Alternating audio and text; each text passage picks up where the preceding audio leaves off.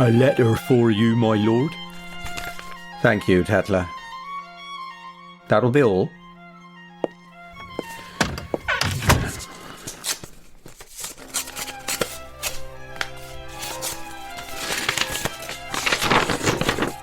Oh, Samuels. Damn the man's cursive script. And my ailing eyes. You are my agent in the Quantox, Launceston. And, as such, I give you license to run your group of bailiffs, excisemen, and spies in the area as officers of the King's Watch. But we do more than hunting down smuggling rings in these parts, Rafe. We uphold the law, yes, but also the way of sound governance, of the very eye of the Lord and of morality itself. I have been given secret word of an evidence that could make or break your career, my boy. There is an Hyperborean disc in Morton Lagrange tonight. The thing has dread significance to a pack of scoundrels and shirkers looking to Lord Monmouth and rebellion. Those parts of the hills are strange. With Morton Lagrange come strange folk and strange customs. Too long away from the eye of truth such places have been left. To descend to barbarism is all too easy, without our watchful eye upon them. There can be no quarter.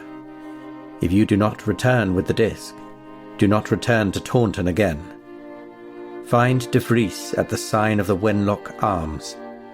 Infiltrate the group, and you may depend upon my word for protection.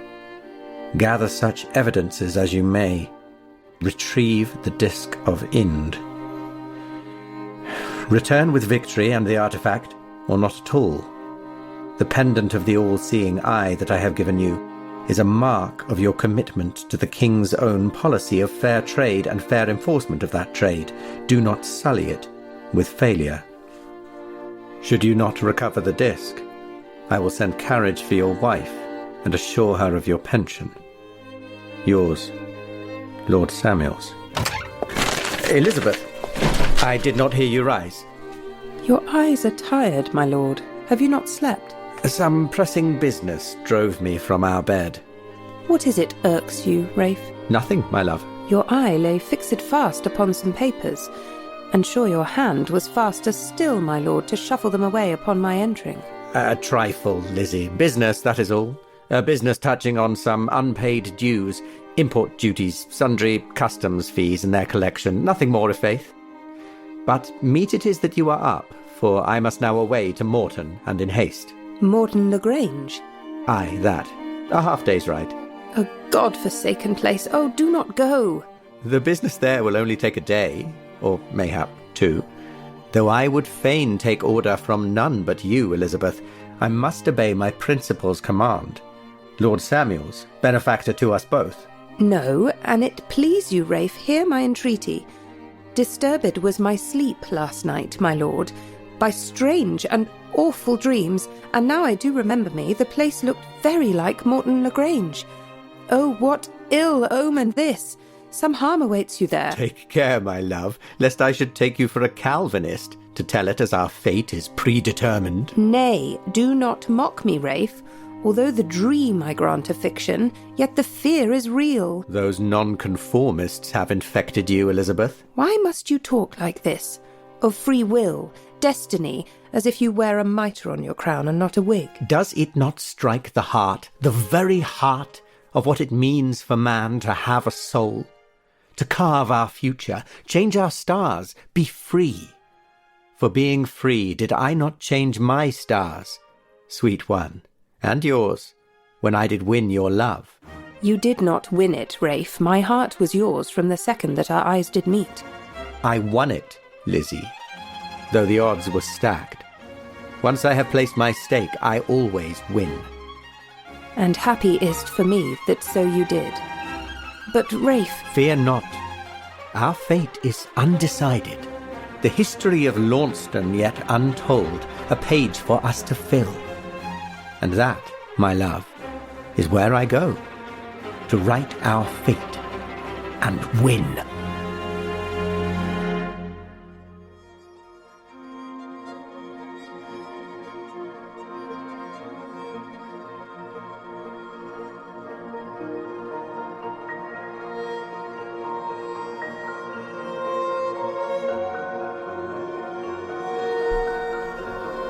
The Apocalypse Players present As the Waters Cover the Sea, a 7th edition Call of Cthulhu Ancient and Modern Folk Horror Scenario, written by Joseph Chance, starring Dominic Allen as Charlie Westenra, Luther Eliot Redmark, and bailiff wife Elise Farrowvale. Dan Wheeler as Chris Caldwell, Jonathan Tatler, and Gentleman Enforcer of the Excise, Rafe Launceston. Danann McAleer as Max Davenant, Tam Phillips, and Aspin Drayton, former soldier turned bailiff. And our very special guest star, Belinda Cornish as Josephine Arundel, Felicity Blake, and William Mandeville, aspiring squire and gentleman. And Joseph Chance as the keeper of the arcane lore. Part 19. A Field in England.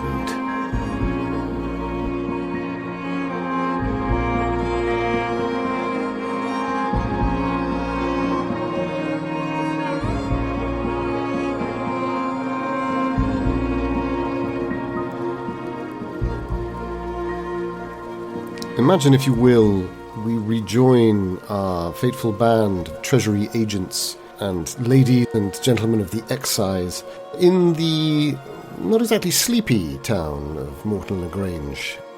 They certainly rather strangely occupied and masked town. We saw quite a deal of the events of the interrogation of a rather low agent of the Treasury, in the employ, we assume, of the renowned spy, De Vries. And you were attempting the infiltration of some sort of pagan-influenced sect in this strange village. And you've cornered this woman. And I think Launceston and Farrowvale, Mrs. Farrowvale, you were running the interrogation largely. Our crow's eye view, perhaps the crow swoops down past the Wenlock Arms, and we rejoin the scene. We're hearing slightly more from the perspective of Aspin Drayton, former soldier turned bailiff, and Mr. William Mandeville, aspiring gentleman, and also agent of the Treasury. Mandeville and Drayton had inevitably sort of slightly dropped back. Although Drayton, I think, is the closer. Mandeville naturally has taken up the rear as the guardian. I'm rear guard, always. And is keeping an eye on the crossroads that the Wenlock sits at. I'm actually walking backwards. Yes, exactly. But not widdershins, crucially. But you're not so far divorced of the group that you can't tell that the sack is being opened. And the young woman whose Strix mask has been pushed back and shown her sort of slightly wonky eye and her dark brown hair and her pockmarked skin on the left cheek. And she says... and a thick beard. How do I speak again? Yeah, I speak like that, don't I? And her thick beard. Of that tradition of the old Spanish bearded lady, often thought handsome in this period. Although let's not speak of the Spanish too much. My name's Sarah, she says, and she opens her cloth sock. Bloody hell, put it away. No, she doesn't. She opens her... Let me have another drink, and I'll sort that one out. She's undoing her cloth sack. Cloth sack, now just sounds filthy. I should add, the De Vries note is in your hot and heavy hand, Rafe Launceston. Your elegant and dashing hand, Rafe Launceston. But she says, as she opens the sack, she says this, and all of you hear it. Oh, you know what they say, follow your fingers, follow your heart, the beast will speak and play his part, for sow is broken and soil will start, and so the sea gives gifts of art. You what? What she say? You know, the beast will speak and play his part, for sow is broken and soil will start, and so the sea gives gifts of art. Her eyes slightly glaze when she says this. Fucking hell. I thought you said you weren't from round here.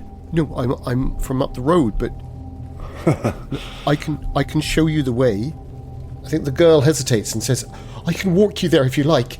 I know the way to the woods. They're low-hanging trees, old ones, you know, old oaks. They gather in pockets. Not so thick as hemlock wood, but like that too. Why would we need you to walk us up to the house? I'm just trying to help, sir. I promised kind Mr. Mr. De Vries, that I would. Wait a minute. What do you take that little poem of yours to mean? It's what people say round here. Yeah, it's what people say, but it must mean something. Like gifts of the sea, arts from the sea. Is that what? Seaweed and driftwood and that kind of thing? I hope this is how I spoke, otherwise there'd be a massive incontinuity. No, it is. Oh, thank God. Well, those that are of the wreckers are. They take the gifts of the sea, don't they? And the old ways of the sow are long gone. What do you mean, the ways of the sow? Oh, you know, the sow of many litters. Right. She says, looking really sort of hunched-shouldered and nervous. And beast speaking, is that us with the masks on, is it? Is that what it's taken to mean? Each beast must speak their part. Right. We're all equal. Now, what about this soil business? Explain that one. That's the one I don't understand, I'm afraid. I don't know. She starts to cry. Oh, for God's sake. You're trying to be nice. No, I know. I can see you're nice people. Well, That's why I wanted to do my part. Oh, for God's sake. Well, what's your part then? I can show you the way. You don't We want to know go the way to the house. We don't need your help with that. But don't go to the house. They have dogs. You don't want to go to the house. Not tonight. It's the Barrows. That's where they meet. I've seen the torches of a month. all right. Barrows, is it? Aye, there's a pair of them. I can take you to the fork in the path, but don't go up to the house. They say the bear walks at the house. Don't do that. So you're saying they won't be at the house? The rain starts to lessen. Thank fuck for that. Oh, there'll be a watchman, maybe 2, maybe 3, many dogs. There haven't been bears in these parts for 1,000 years. No, I agree, but they say the bear walks abroad at Clarendon House. What is it, Well, if he's abroad, we'll be fine. On a night like tonight on St. Ursula's? Sarah? Yes. She She strains backwards and almost seems to topple as she looks up to the dizzy heights, the clouds clearing, birds flying over. Oh, I've forgotten what I was going to ask you now. Sorry, don't fair. No, that's all right. Sorry, Belinda. I think that happens to William Mandeville sometimes. He just forgot. The thoughts only get halfway up and then they shrink back down again. They get halfway up and then they. It's just like takes. Do you know what, Sarah? It takes a lot for my heart to pump the blood around my head. And with every pump of blood, there is a thought and A fairy dies. a fairy dies. Sarah, what is it? A real bear? I don't know. I've never been. I wouldn't risk it. Well, who told you that a bear walked? They say it at the meeting with the Strix. Strix. And I listen and I pay devotion to the Strix. That's why I wear this mask.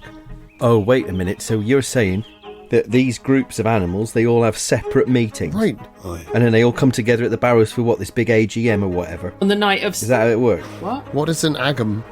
I don't know an agam. An agam? But on the... Is it on the... An annual general meeting. Oh, an annual general meeting. You never been in a guild? Oh, I'm a member of the Strix, but we meet at the Great Tree. Right. A member of the Strix. What do you mean? Right. What's the Strix? Aye. I'm sorry, sir. They're owls, aren't they? It's the old tradition. If we do not answer the letters that come from Whitby, then we will not be blessed.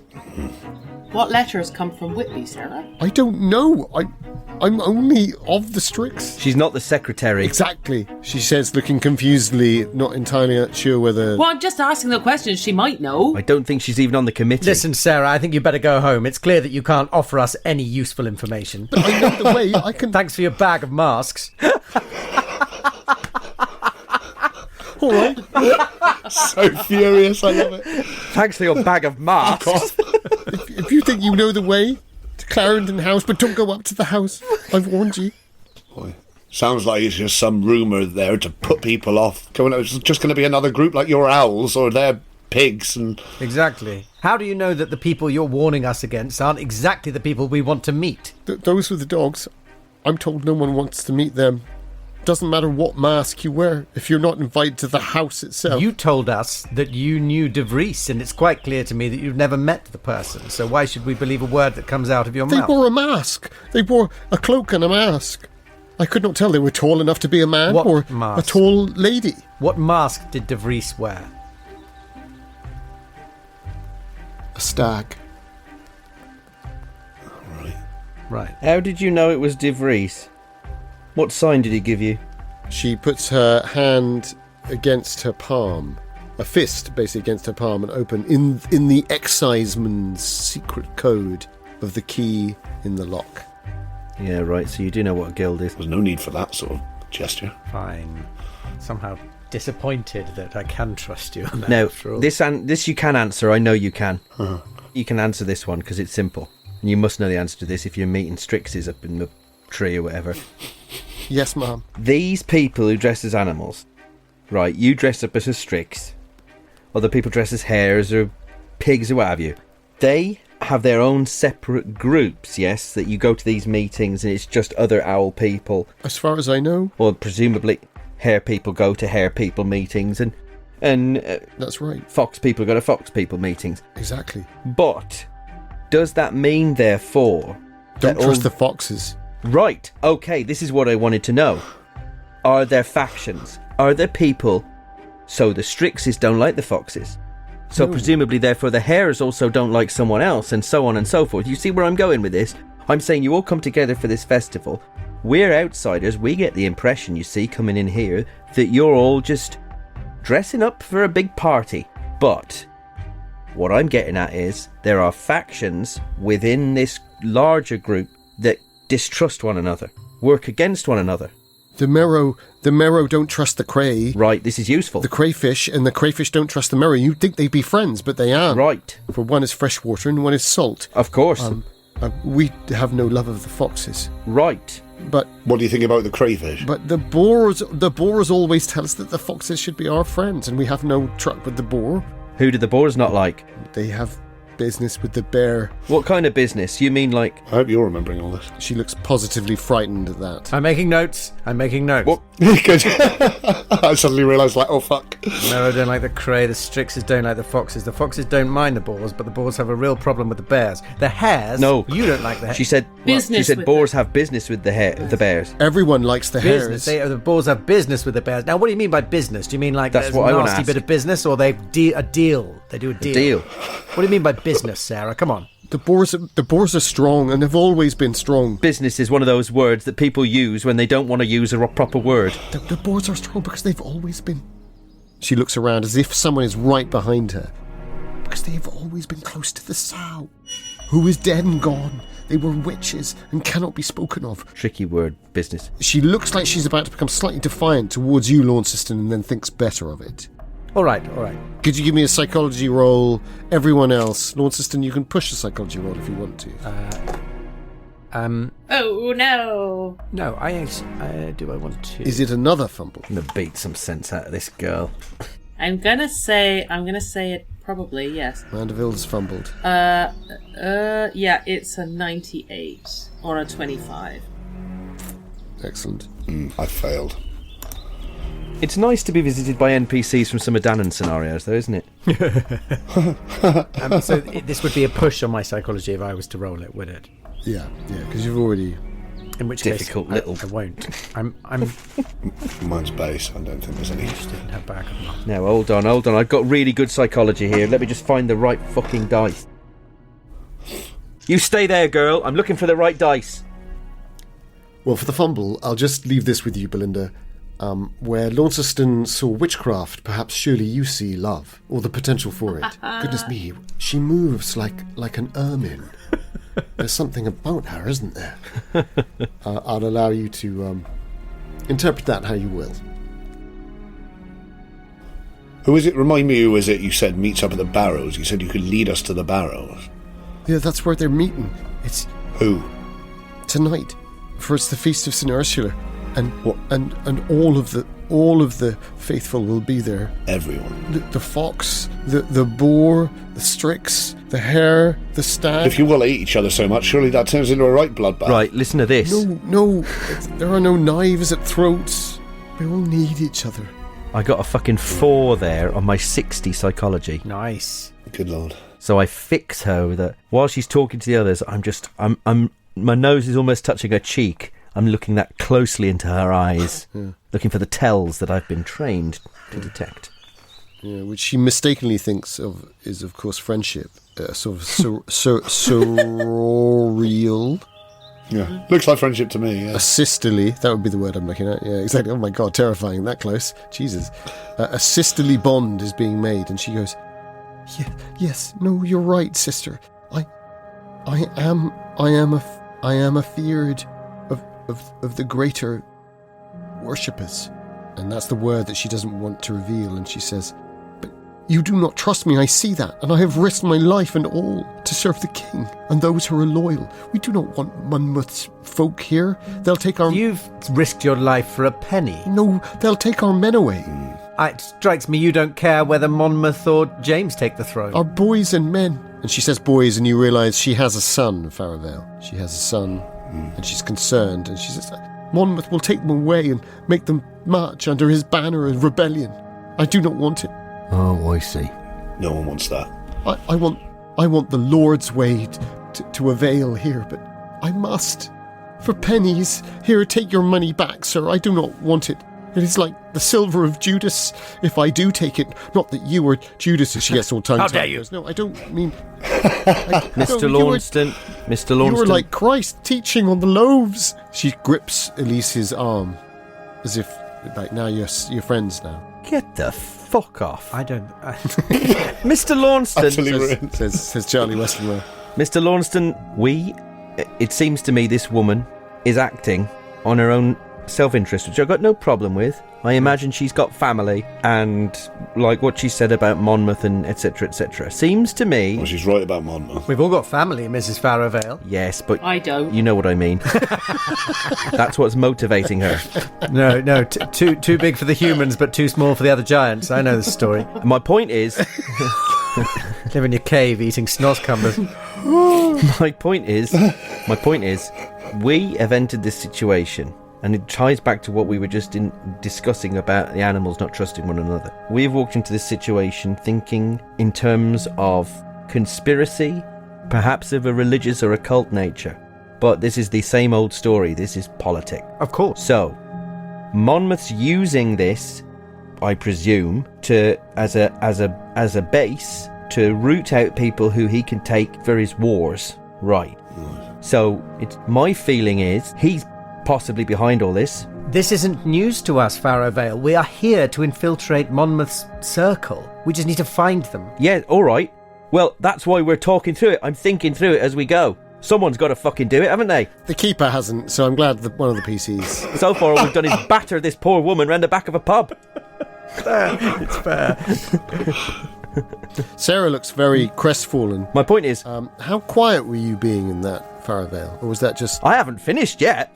yeah, but we're in process. Oh, so. Please do. Carry on. Yeah. So my point is, we go to the Barrows, I think we'll just be seeing the show. Yes. The jazz hands. I think Monmouth and the power, the operations is happening in that house. That's why we've been told this stupid story about bears. I agree. I entirely agree. And I say it quite loudly. I'm talking animated. You're right. I think we need to go and find. We need to go and find the bear. Aye. So none of you need to roll a spot hidden, because you will begin to notice that she's sidling along the wall, having left this bag of masks there, looking terrified, as if not she's like a spider. No, not like a spider, as if she's just desperately trying to sneak away from you all. Yes, Sarah, you may go home. No, thank you, my lord, my sir, Miss Master. But one last thing. Yes, Mr. Columber. You said the hands will choose. Is the idea we thrust our own hands into this sack of yours, and the mask that best suits us will somehow choose us? Perhaps. I don't know the workings, I just know that I was called to the Strix. But they were the words you said, weren't they? The masks, the hands will choose the animal. What are the words? That's right. Or is it like a wizard's hat that just says what you're thinking anyway, but won't recognise your preferred pronouns? No, I wouldn't stoop so low, sir. I think it's that your hand, on the basis of a power roll, will tell you. Although you just said, I would not stoop so low, sir. Yeah. to Mrs. Farrowvale. Very good. Very good. Oh, Jesus. I wish it had been deliberate. It's purely coincidental as I looked at the manly face of Dominic Allen and completely forgot who he was playing. It's always the problem with the imagination, isn't it? All right, get on your broomstick and bugger off. Give us that Nimbus 2000. As she sidles away, I think Mandeville just takes one great step towards her, away from the others, and says, Sarah, I'm sorry if... Yes, sir. I'm sorry if this evening has been as unsettling and disconcerting to you as it appears to have been.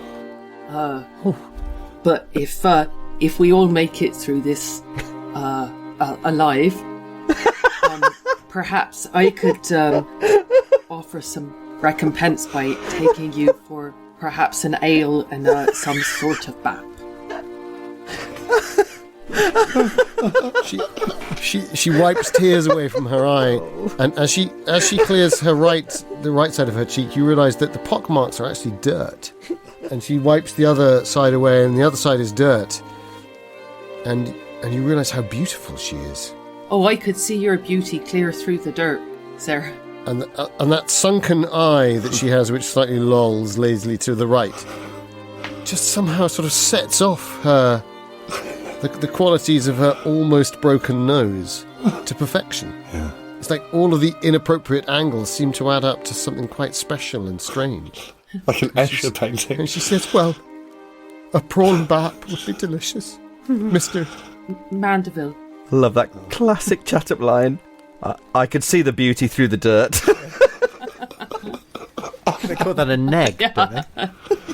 Yeah, I think so. William Mandeville's been reading. I saw loads of books, other girls playing that. yeah, but just Game. Yeah.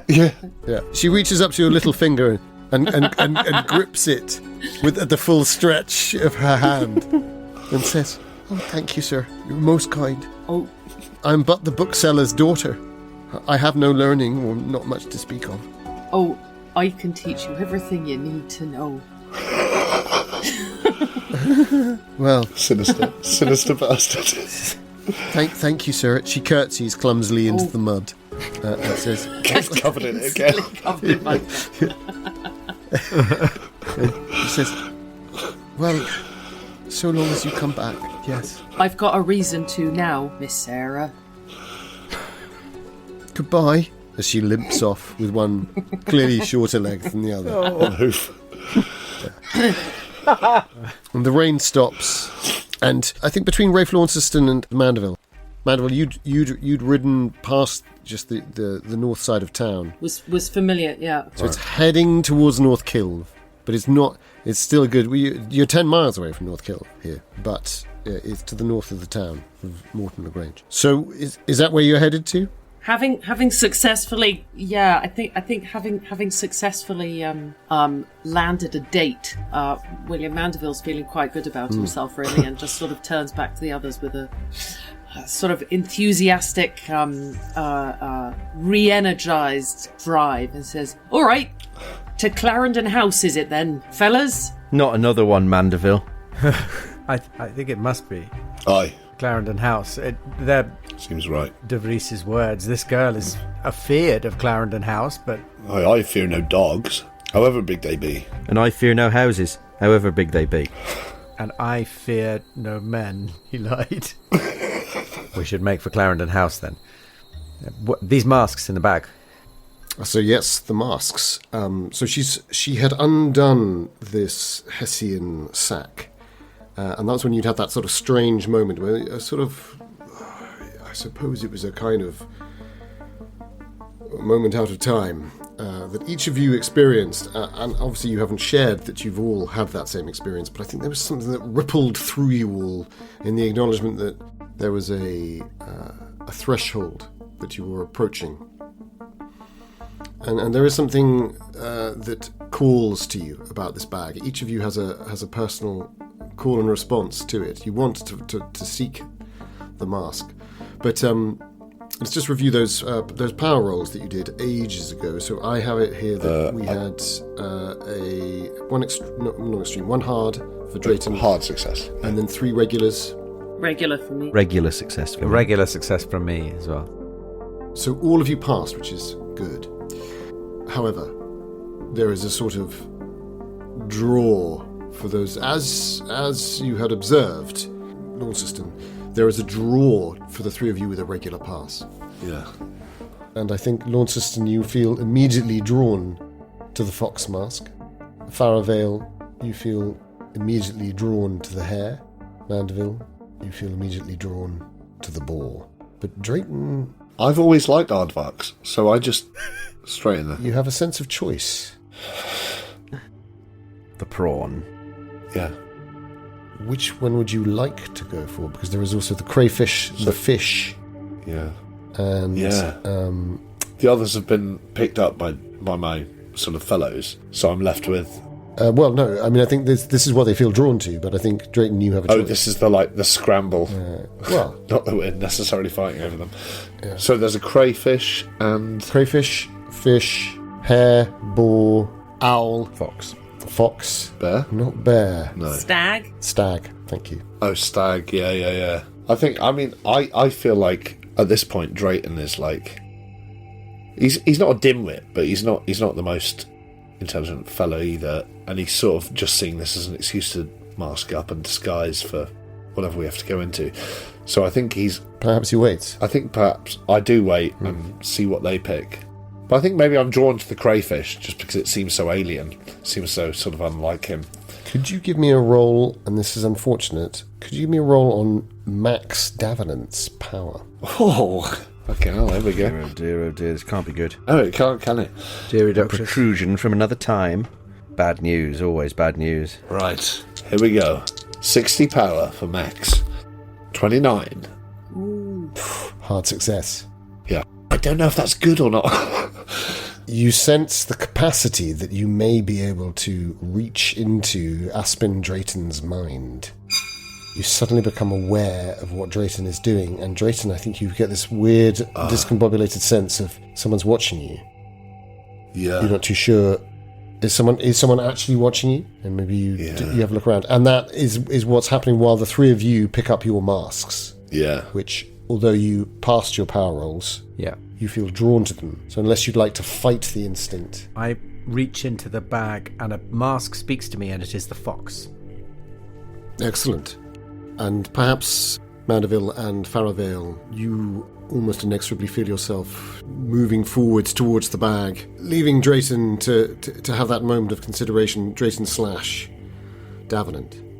Well, I feel like that makes total sense as well, because they've seen these things through twitching curtains, these breastfeeding. I'm hearing a lot of stuff. I mean, I've seen this odd, silent sort of slaughtering happening, but that could just be a sort of fucked up, Wedding. They were wearing fish and crayfish masks. They were, yes, but I feel like there's a lot I'm missing, and actually I feel like in this moment it's a thing of that. It's watching what they pick and then going off that, yeah. So you pick those masks, Yeah. Yes. Yeah. leaving one left for you. Yeah. Would Woodward. Max like to choose a mask? Max? Oh, well. Yeah, I think Max would, actually. The crayfish, the fish, or I think Max would... the owl, or the stag? I think there's maybe a moment of, shifting between them of, which hand is going for which. In the same way that, they used to treat epilepsy by, doing the cut down the middle of the brain, cutting the membrane, so the, right and left hemispheres were separated, and then people would report, they'd try and pick different outfits with different hands and stuff. It was, a really weird sort of... Dark. The whole concept of there being 2 people inside your own brain, I feel like that's very prescient right now, and that's what he feels in this moment. It's almost like one of his hands slaps the other away from the mask he's going to pick. And so in the moment that Drayton tries to grab the crayfish, Max grabs the crayfish. But they both go for the crayfish. And actually Drayton is left with the trout. Yeah, I think they do. Yeah. Okay, so you each have your mask, and you each put on your mask? But so So Drayton, we see Drayton pick up the crayfish mask. Yeah. Okay. Yeah. But last. Right. I think you'd all picked up your masks. Yeah, I let everyone else sort of sort through, and then he sort of turns and goes, right, we off then? To you, Launceston, club in hand. I think before they put their masks on, or before Mandeville puts his mask on, I think he just looks around at the others and says, look, there's been all sorts of strange trickery going on. Tall figures running into alleys and then disappearing into heaps of rubbish, or over fences into some strange silent ritual. And if we put these masks on, are they going to do something funny to us? Are we going to find ourselves suckling on the breast of a hare or something? Something like that. Suckling on the what, I say, with the mask already on. Well, I know, I was about to say that. As you're saying that, I just slowly take it back off. And just tuck it under my arm. No, I think it's fair that speech was being made as you were all about to place them on. yeah. Yeah, we're sort of, Well, I imagine these are just masks, Mandeville. But perhaps, to be safe, you and I should keep our masks off and see what happens when the others put theirs on. I appreciate that plan, Mr. Launceston. I think you're very wise as ever. So I put my hair mask on and immediately stick my boob in Drayton's mouth. Seems all right to me. On with the masks, Mandeville. So Farrowvale does put her mask on Get that down your neck. and does not feel compelled to place her breast in anyone's mouth. Her pap. Ugh. Speak for yourself. Sorry. What does the mask appear to be made of? It's roughly made, but it's made of gum and... papier-mâché? Yeah, exactly. Gum and Okay. paper and card and... Well, not paper, that'd be too expensive, but, mashed up Pulp. pulp. Pulp. Yeah, pulp. Painted. Quite thickly varnished, I should think. Is it new? Is it newly made? Yes, they're all newly made. Recently as if for the festival. Fuck. They're nicely done, but they're crude. Have they got a nice bit of padding over the nose? I think there's a bit of cloth shoved in, yeah. Yeah, that's a good point, yeah. So they have been to Lecoq, these guys. I think there's some training is involved. They know that it's about... Yeah. It's not just for 1 5-minute wear. So do you all place your masks on? Yeah. Yes, I put mine on. If it looks like the other two have put theirs on with no ill effect, then yes, I do so. Mandeville puts his on last, just watching everybody else first, and then carefully holds his breath as he puts it on. There is a sense of being complicit with something. Perhaps Christ is further away from you, or perhaps closer in your hearts, who knows? But it might be a difficult 10 minutes that you walk. But you do walk for 10 minutes until you see on the brow of the hill, there's a Y junction in the mud, but the rain has thankfully stopped. And the left-hand path down leads to these old, wizened, now familiar to our players, prehistoric oaks, an ancient grove, and 2 clear mounds and flickering torches, one on either side of the path. And then up to the right you can see Clarendon House as the traditional Apocalypse players, scudding clouds now because the rain has stopped and things have moved. And there's a 3/4 full moon that is beginning to find those fine window panes of Clarendon House off to the northeast, whereas to the northwest lies the downwards path, upwards path to Clarendon House, downwards path to the 2 barrows. And you do see those stunted oaks, those British rainforest oaks. Oh, yeah. It isn't hemlock wood, but the woods are exactly the same. And perhaps that for Charlie Westenra and Chris Caldwell and Josie Arundel, and of course an already present, partially present, Max Davenant, is enough to invoke some sense of present feeling in the moment. I don't know if this is possible, but on looking down at those stunted oaks in the cleft of the barrows, William Mandeville hears this frantic, tiny, and inarguably insane voice whispering at the back of his head, "Don't go in there." Yes, he does. But I do think, unfortunately, that is a SAN roll, therefore, for you. Yeah. Thanks to Josephine Arundel's insights. But no, I do think it is appropriate, yes. So I've passed my SAN. Well done. In which case, you do still lose one sanity, I think, but there's no involuntary action. And for a brief moment, William Mandeville wants to do anything to get away from those woods. But then realizes this is fear, this is, perhaps, which is only natural before the change of events to come. And I think the whole group, all of you at that Y junction, you realize this is a moment of decision, this is the time. There's no turning back from this point on. And you could not be more connected to the land.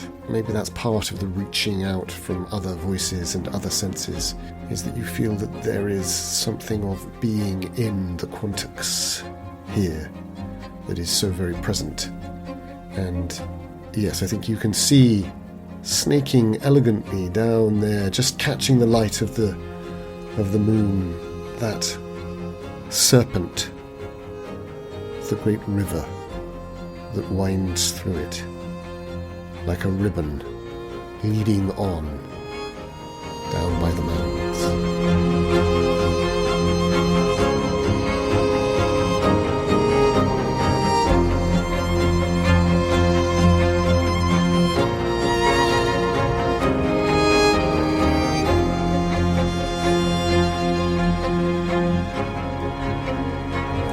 Now, are we better off separating? Or are we better off sticking together? Well, if we're going to confront a bear, we might be better together, but... I don't think it's going to be a bear. It's going to be a bloke in a bear mask. Well, quite. Probably. Let's hope so. But I mean, I was just in case, because we feel like right idiots if we went up expecting to see a man in a bear mask, and it's like, oh bugger, it's an actual bear.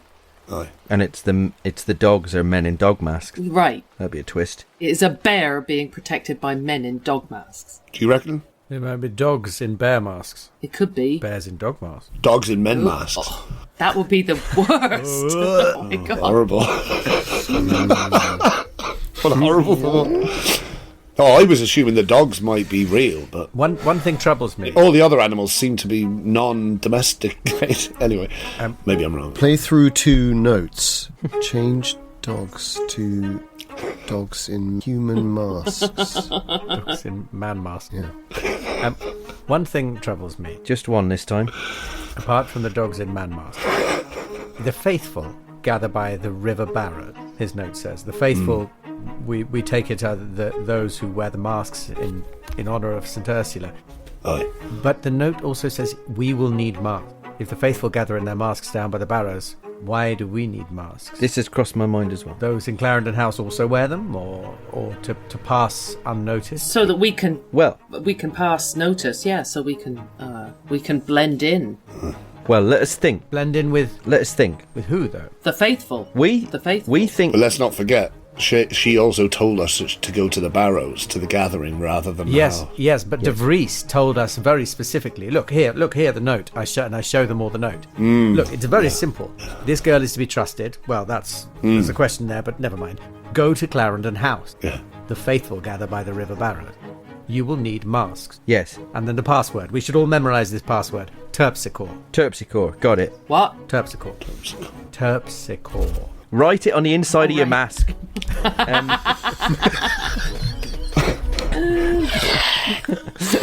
Brilliant. Terpsichore.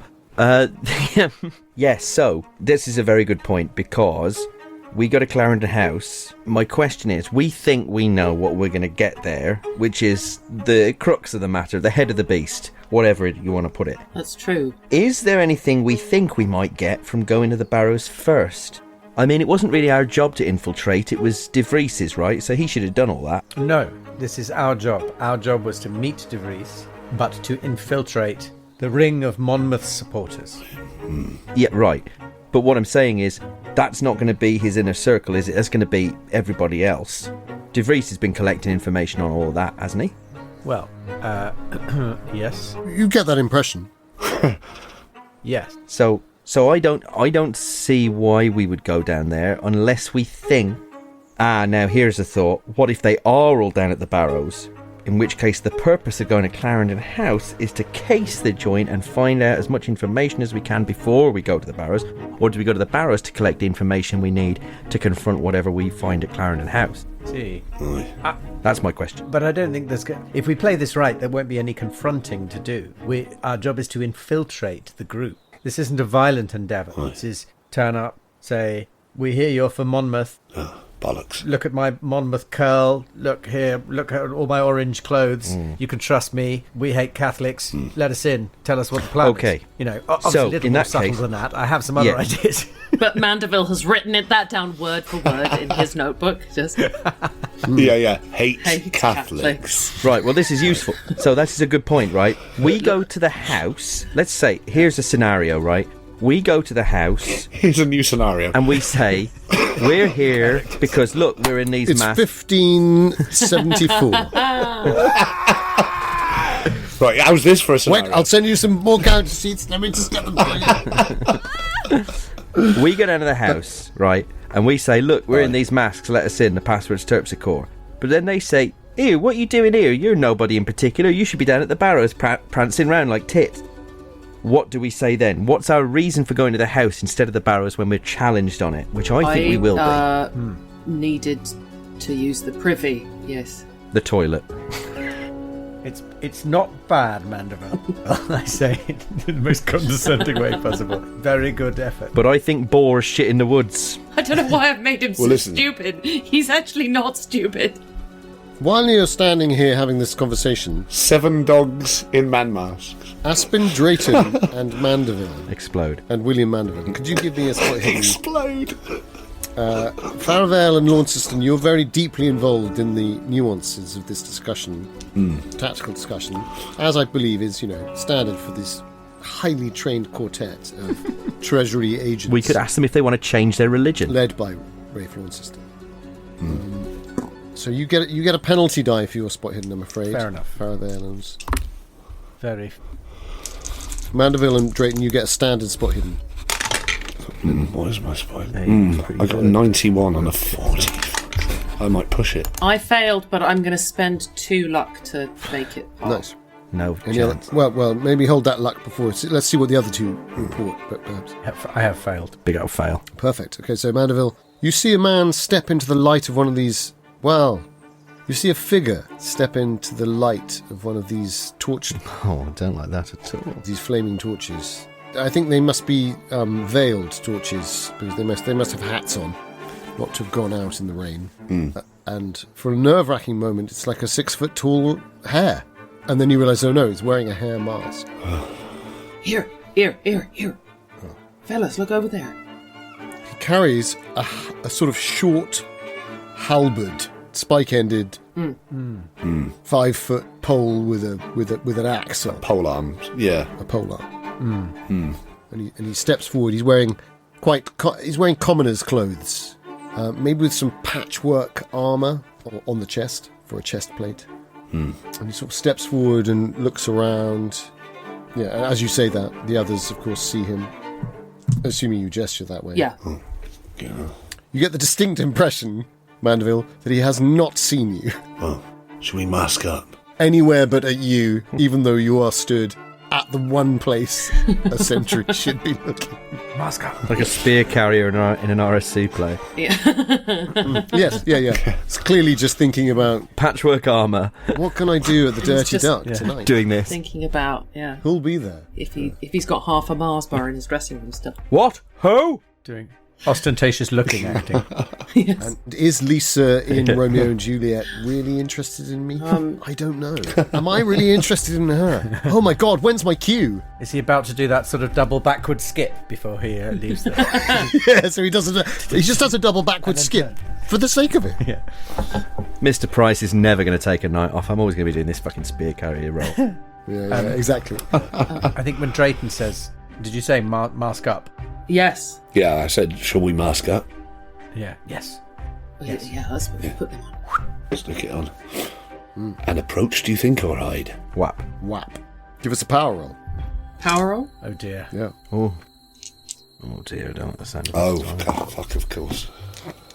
Oh, that is exactly my power. I've got a hard Yummy. success. Hard success. A regular success. I failed. Drayton, this feels very uncomfortable for you. Fishy smell. It was the right mask to pick, Yeah. but someone inside you is telling you that you need to be wearing a very different mask. Aye. And then you realise, what? Someone inside me is, Right. and you're a bit nervous about that. Yeah. And you hear this voice. You hear Tam Phillips saying, Hey, dude. You want to take that fucking fish off your face? I just seen one of those things running around in the garden. Horrible. Put on the weasel. Fuck. Hey, guys, I can't wear this. I'll just put my cloak up over like that. says Tam Phillips. But Tam Phillips hasn't taken over. No. It's just like there's this weird voice in your head where you go, what the fuck is that? Yeah.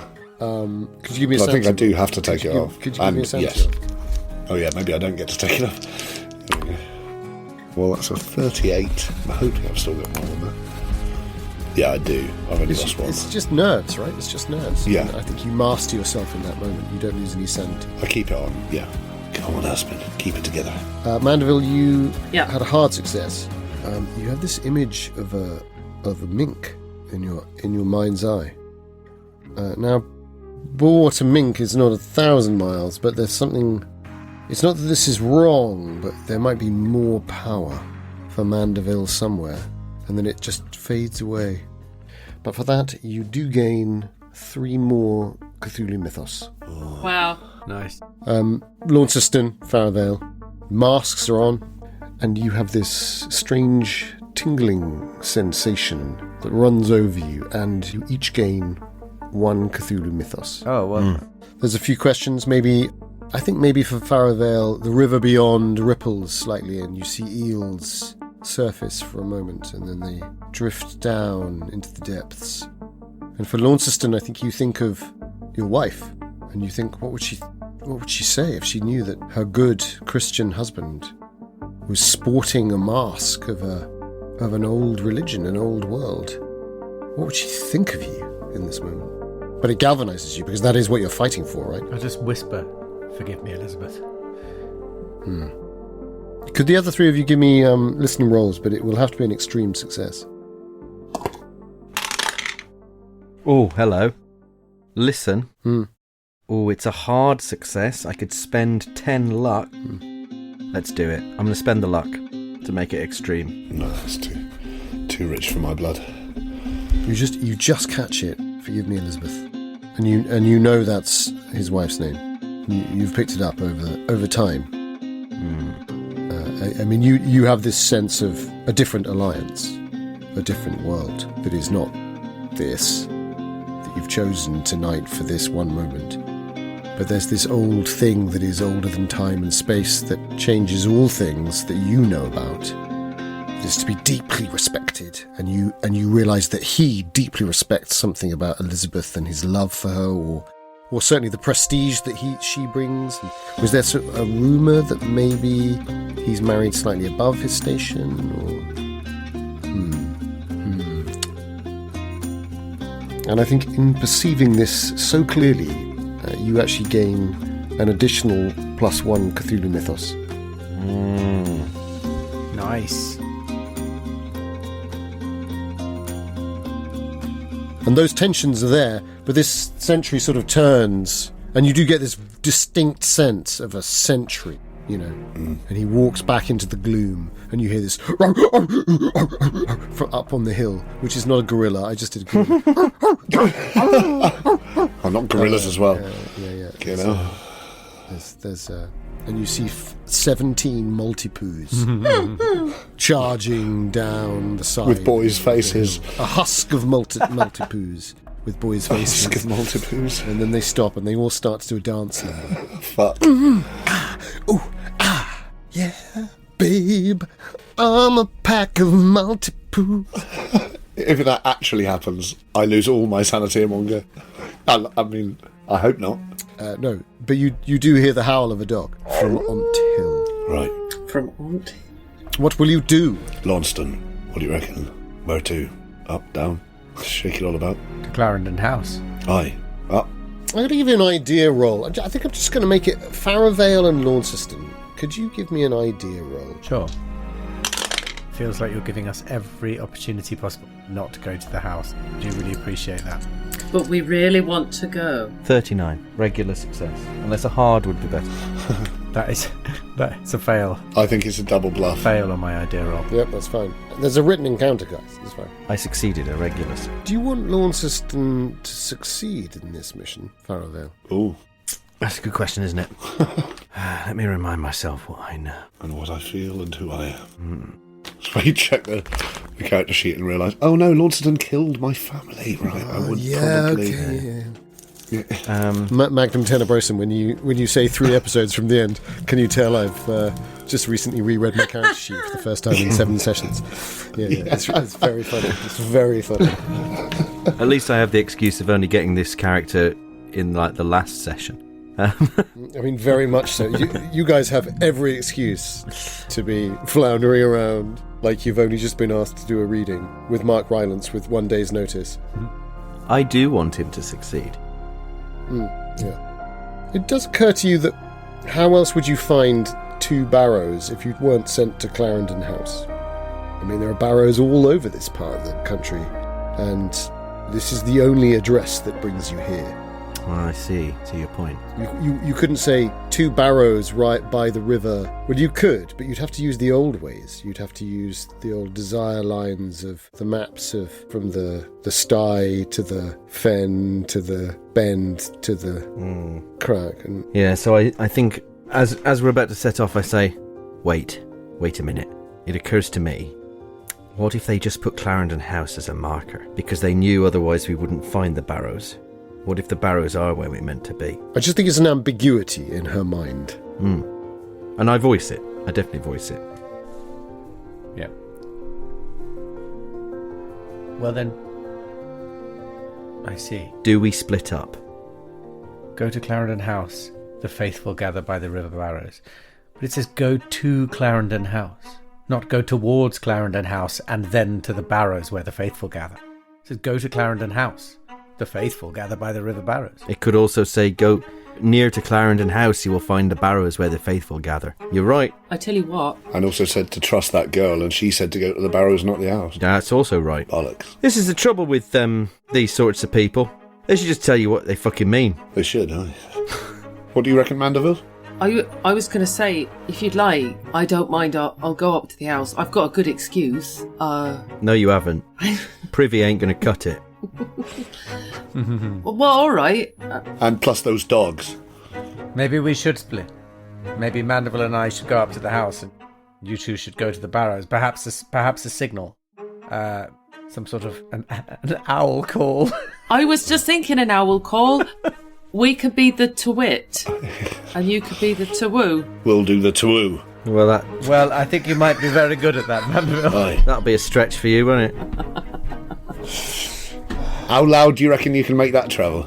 I can stand up on my tiptoes and really use my diaphragm. It's at this point I realise that asking brilliant, extremely lovely, dedicated fans of our show to playtest a game that I've written in order to be able to play with you lot is absolutely the opposite of what I should do for playtesting. Oh, yeah. No, you should do... If anything, the only place you should playtest for us is Broadmoor. Yeah, I was going to say, some kind of institution. Is where? Mordor? Mordor? Oh, Broadmoor. Mordor. No, it's basically I need to find 4 actors. One does simply not roll dice in Mordor. Just the language of Broadmoor, which I will not utter. Okay, so you're splitting the party. This is what I have. So Launceston and Mandeville. So Mandeville takes 2 strides and is almost at the boundary of the house anyway. Yep. Launceston runs after him. Yep. Dashes elegantly after him. his high-heeled, buckled shoes slipping slightly in the mud. Put me in your pocket, Mandeville. Stride across the fields. I love the fact that as we've progressed out of Mortal Lagrange, we've become even... He pops Launceston in his top pot like a pocket square. Just... He picks him up and he just pops him. I can't take it. So Farrowvale and Drayton drop down silently like a pair of assassins into the little valley heading towards the Barrows. Aye. And Launceston and Mandeville. I can't stop imagining orcs in Mordor playing D&D. That's really tickling. Playtesting for the Apocalypse Flares. Yeah. Wait a minute, are we the bad guys? Wait, What do you mean we're fighting orcs again? what gives you that impression? I don't know, I've always spoken like this. This isn't a problem, is it? I think he needed more handouts. I've got a lot more to come. I've decided I'd break them up by using clever editing techniques.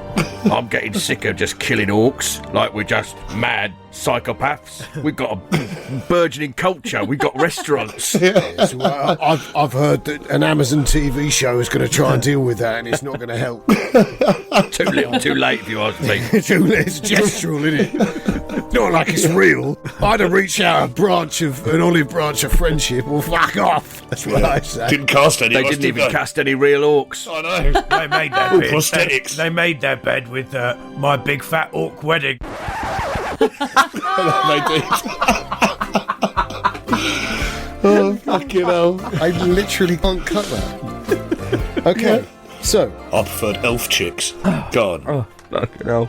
moving like a well-oiled machine at Rafe Launceston's gesture. Maybe Farrowvale hesitates briefly for the slightest of moments.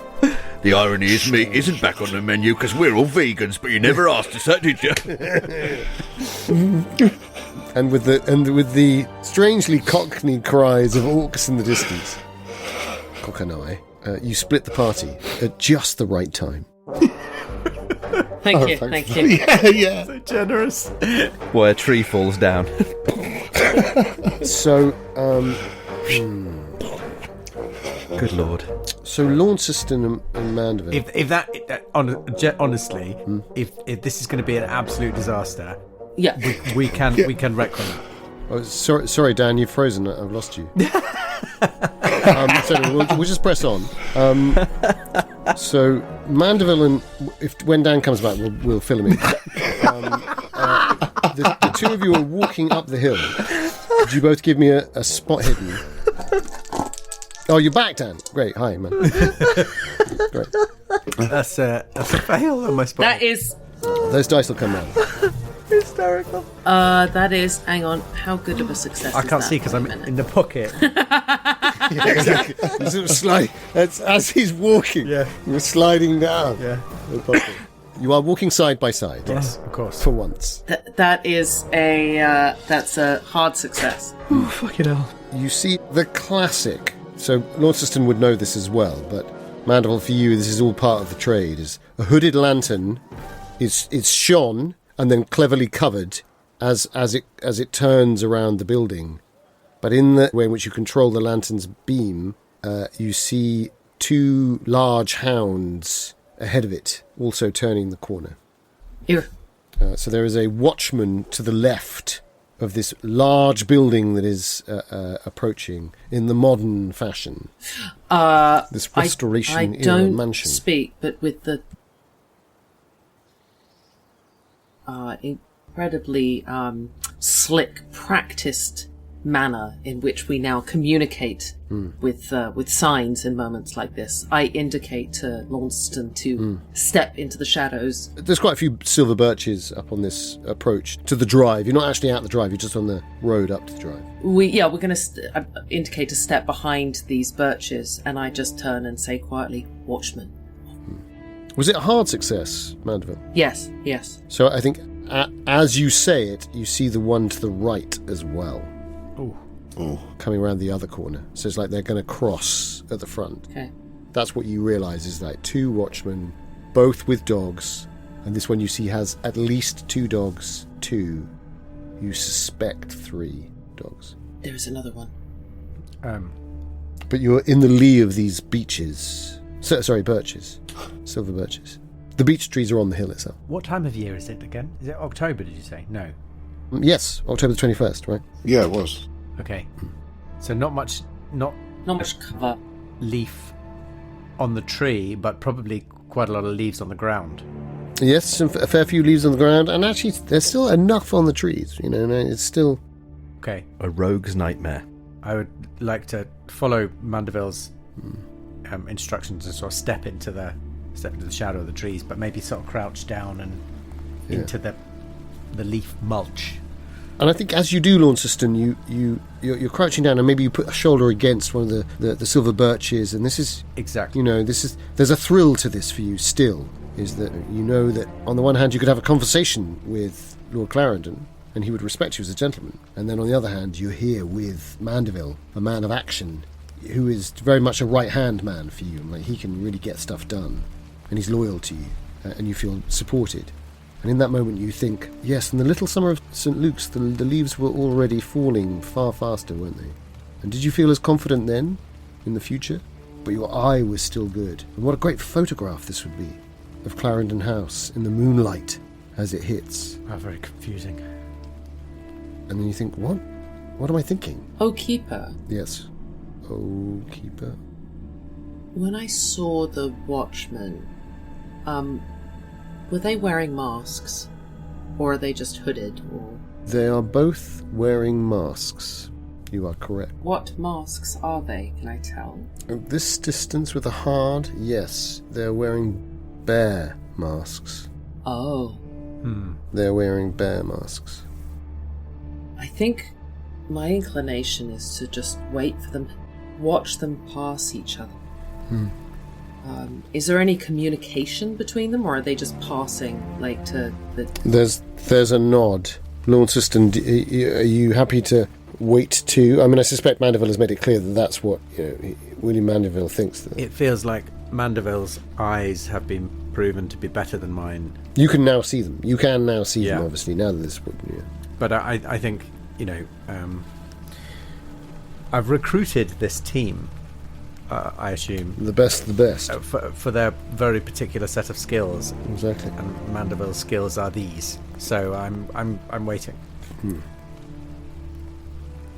They pass, there's a nod, there's maybe a word is spoken, there's a sort of fiddling of one of the lamps, and it shines back into the house for a moment, and then the hooded lantern is closed again, and then they start to walk back round again. Each has 3 dogs. And I'm going to... On leads. I was just going to say, are we close enough to the house that we can hear whether there's any life, any signs of life coming from the house? Shutters are closed on all windows apart from the front 4. Any lights on, did you say? There's no sign of life, there's no lights. Okay. Did you see? They're wearing bear masks. Yes. Well, she said, didn't she?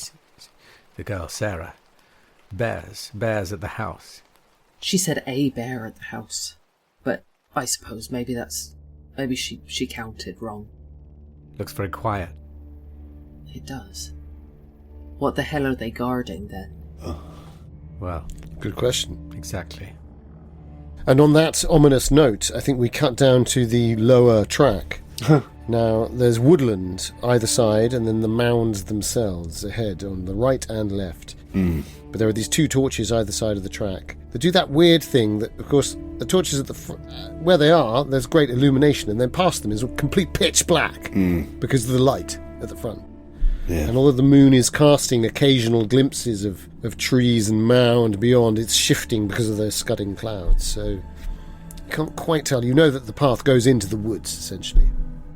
The wood. Aye. It's not a plural of woods. It's only a single small wood. And does there seem to be any way of edging around the lights in the darkness itself? You could edge around into the wood on either the left or the right side. Yeah, my instinct would be that, rather than just walk straight slap bang through the middle of that pool of light. We'll be blinded, just in case, you know? Yeah, all right. Oh, tell your face. Sounds good. But if we get into a situation where we think we can be seen, Aye. we should just be confident. Aye. not look like we're sneaking around, you know what I mean? We got the masks. Well, actually, you make a good point. We're wearing the masks anyway. Let's just fucking do it. Oh, but I don't want to be caught short. Like, I'd like to be able to get a view on the thing before we step into it. Okay, we'll go with mine then. Let's circle around. But you're right. If we get spotted, we're meant to be there. Yeah. We'll pretend we were having an altercation. Aye. Going for a piss. How wide a circle do you want to do? And which side, left or right? Side each. I'll go right. I'll go left. Oh, this is the perfect time to split the group that is already split. I know. I love it. I mean, how far apart are they? Like, the torches? The torches themselves are the width of a track, so they're like 6 meters apart. That's what I was thinking. It's not that far. Like, we'd still be within, like, hearing shot of each other. And it'll only be for a moment, is in what Well, if you're going to go all the way outside of the range of the torches themselves, hearing shot, I mean, certainly not whisper, you'd have to call. And obviously, if you were to call at that volume, anybody else around you for 30 yards would hear you too, so that's to be borne in mind. We'll whistle. Aye. Yep. And there's the Strix call, of course, there's the owl call that you've been The to-wit. perfecting. To-woo. To me, to you. But obviously, if you were to do it too loudly, those on the hill might think you were early twooing. Yeah. Let's do a dolphin noise instead. With a lack of twit. So you could do the dolphin. Or we could do, hey, how about we do a dying giraffe? Dying giraffe. Our finest hour. Mandeville, did you hear that? We'll do that. Is that the owl? Launceston and Mandeville, give me a listen roll. Sounded a bit like a dying giraffe. Don't ask me how I know. But surely it can't be. We didn't agree on that. Drayton, give me an animal imitation roll. I'll take acting or animal husbandry. Oh, bollocks. Acting a straight roll. The Royal Menagerie is... Animal husbandry with a penalty. I spent a lot of time around the Royal Menagerie, and I'm sure that's the sound of a dying giraffe. I love the fact that in trying to discuss what sound we should make if we're discovered, we've just done the sound, and now that is an extreme success on my listen. Thank fuck for that. You think you can hear Drayton and Farrowvale discussing what animal call they should be doing? Damn it, Mandeville. As they sneak round. Because, I mean, let's face it, you're only about 50 yards away from each other. Yeah. Because it is England. Everything is about 50 yards away, except for traffic. And it is night. Yeah. Exactly. Well, judging by Robin Hood Prince of Thieves, that's probably true. Yeah. It's so true. It's Drayton and Farrowvale, damn them. Tonight, we'll be in Nottingham. Hadrian's Wall is only 50 yards that way. You go from the White Cliffs of Dover, Hadrian's Wall, Nottingham. That's the way to Nottingham. And a weird voice inside me thinks of Hadrian's Wall and thinks, oh, that tree would make a good photo. I should take a picture of it before someone cuts it down. You hear someone screaming as they realise the tree has been cut down. And your Yithian keeper says you have scored 7,127 points out of a possible 19,000. It's just the other two idiots making animal noises. I worry our time is being cut short. When he comes back to us again, we'll move fast. Yes. But let him go back to the other two. We interrupted them. And Drayton, you went left. Farrowvale went right. Yeah. Drayton, you think for a moment a partridge is next to you, and then you realise, oh no, it's just a brilliant call from Farrowvale. Oh no, just a pear tree. A shadow. As she indicates with an extra fart for good measure. Oh. So I think that was, Dom? It was a rhinoceros trump. That she's heading into the woods themselves, into the trees themselves. So, Farrowvale went right, is that right? Yes. Correct. Give me a spot hidden, Farrowvale. Now, you're not trying to go further than like a couple of metres away from the actual spill of the light itself, right? Yeah.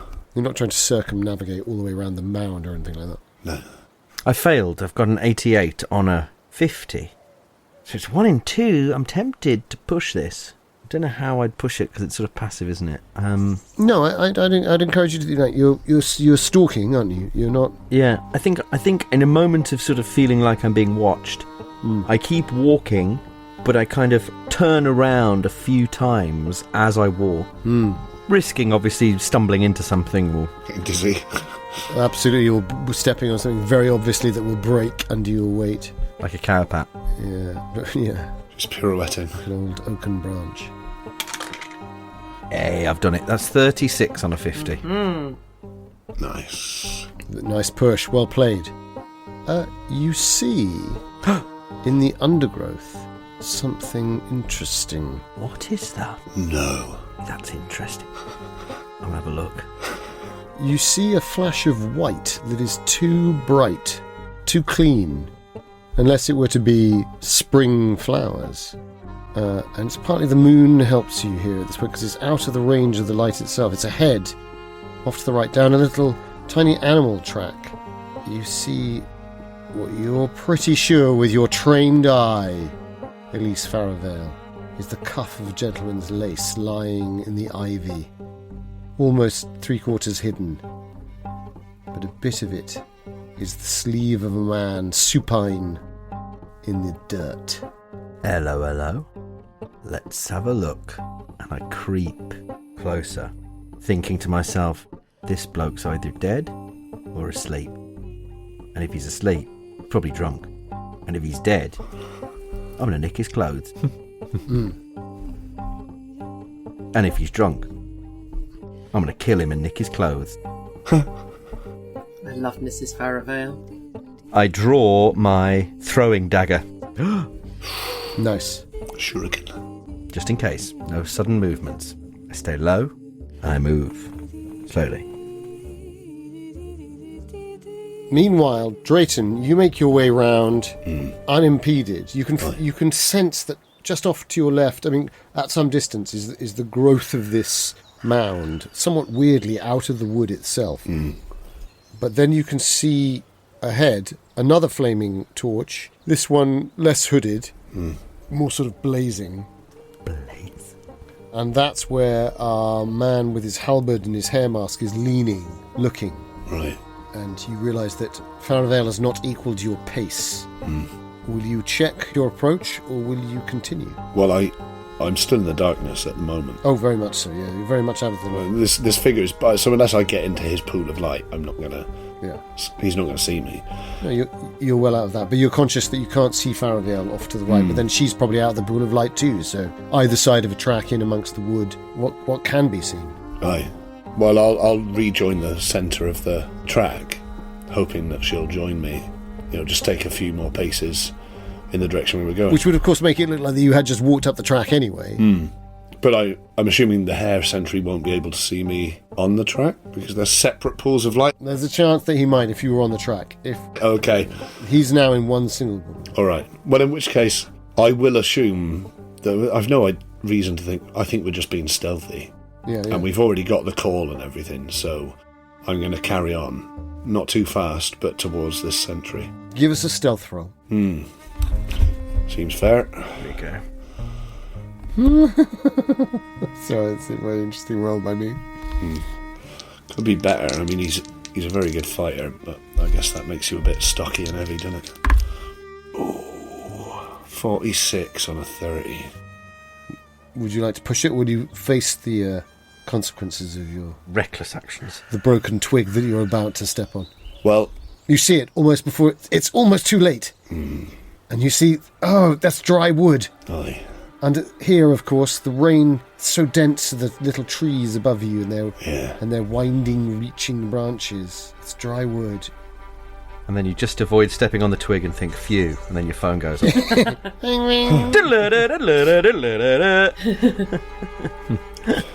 How much luck would I have to spend? Lights up your pocket. You could spend the luck, or you could push the roll. 16 luck is quite a lot. That's a lot, isn't it? And it's a lot to push for a 30. But you could just face the consequences. I think I might just be like, bollocks, here we go again. But I remember what Farrowvale said, and, that if we are seen, we should just act confident. So you step on this branch, it snaps. Really clearly. To you, it's just like, damn it. Yeah. Well, what will be, and what will come. Yeah. And the guy looks in exactly the opposite direction and goes, hey, and walks directly away from you, from his post. Whoa, that's like magic, that. What a fucking dimwit. Did he roll 100, did he? he fumbled. Lovely. Oh, amazing. So there we go. The echoes around these barrows and valleys are really... That's how these things sometimes play out, guys. Let's hope that wasn't the wasted fumble that we needed later. Yeah. And then he steps on a landmine. Farrowvale, just in the interest of sticking with you briefly, bear with me, Mandeville and Launceston, such delights await you. I don't believe you. Horrors. A man is clearly dead in the undergrowth here. Blood spilled from under his chin. His throat has been cut. Oh, fuck. Is it De Vries? And would I know? You don't recognise the man? If it was De Vries, would I recognise him? No, because you've never met De Vries. Yeah, I thought that might be the case. But he's dressed like a gentleman. He is dressed in gentlemanly clothes. He has white lace cuffs. Not fabulously rich, but he's he's of the gentry, an individual of some responsibility. There is something unusual about his skin. It is crawling with living creatures. Could you give me a sanity roll? So not ants. They glimmer in a silver manner. Silverfish. They remind you, yes, of silverfish, but also in those streams you get freshwater shrimp. Those little minnows. The shrimp things that sort of flash and There's tiny little shrimp. Reminds you of those, but silver, brighter than anything you've ever seen, glittering in the moonlight. That was a spot hidden, was it? That was a sanity roll. Oh, God. Oh, no, much worse. Because they're crawling all over him. Awful bad news. That's a 93. And I can't remember if I lost sanity in the last session or not. I think you did lose one, maybe. I reckon we all lost one. So that's a 93 and a 69 in that case. Yeah. So, unfortunately, that is 1d4. Oof. Because you realise this is unnatural. They remind you of little shrimp crawling all over someone. And they seem to be only on the body and not anywhere else. Inside his clothes, climbing up onto his mouth, into his nose, in and out of his eyes. It's not very nice, is it? No. A D4, you say? 1d4. 1. You shudder at the thought of this weirdness. Ugh. But I think perhaps you, of all people, knew that such strangenesses could occur. Well. Maybe the get of some creature that is not unlike the eel. Yes. And I say to myself, well, that means we're close at least. Exactly. And you realise in that moment that this person's belongings have been thoroughly searched. And you almost chuckle, and that's almost the insanity speaking, I think. It's not quite an involuntary action, but because you see that the pockets have been rudely gone through by a common man. There's no doubt about it. And stupidly not returned to the inside of the jacket. They've been left searched. Almost as if you get the strong sensation, successfully so. Right, so someone's got the thing that we want. I got a horrible feeling this might be De Vries, but there's no way of verifying it. Unless I cut his face off and show it to Launceston. Launceston might know. Do I cut his face off? Have I got time? It's a big job, innit? I'm not great with fish anyway, let alone people. Yes, let alone people, you say. And you say it out loud, I think, very softly under your breath. And you look up and see John Farrowvale, your husband, now deceased, standing there, nodding gravely, with those grey, judging eyes of his, and widow's peak that you remember. And he whispers back to you and says, "That's right, my love. That's right. To cut a man's face off is difficult, but you're on the right path. You know that, don't you? And the eel tells me you are too. She moves in the silt-deep dark of the water. She's waiting and listening, and she tells you this is the right way to go." And then he just walks towards the two barrows. In the distance, and the dark.